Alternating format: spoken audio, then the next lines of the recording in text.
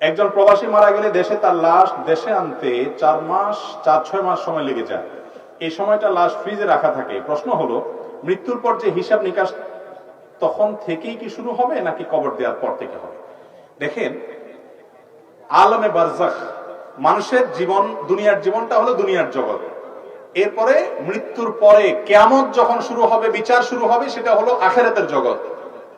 আর আখিরাতের জগতের একটা পার্ট হলো কিয়ামত এবং মানুষের মৃত্যু।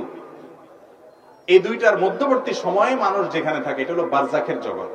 আল্লাহ বলেছেন, ওয়ামিন ওয়ারাইহিম বারজাখুন ইলা ইয়াউমি ইউবআসুন।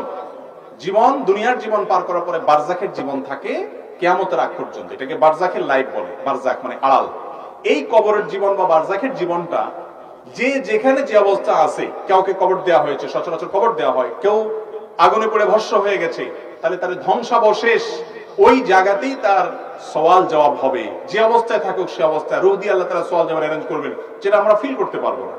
ঠিক একইভাবে কাউকে ধরুন বাঘে খেয়ে ফেলেছে, বাঘের পেটে চলে গেছে, পানিতে পড়ে সে পচে গলে একাকার হয়ে গেছে, তার ধ্বংসাবশেষ যে অবস্থায় থাকবে ওই অবস্থায় তার সওয়াল জবাব হবে।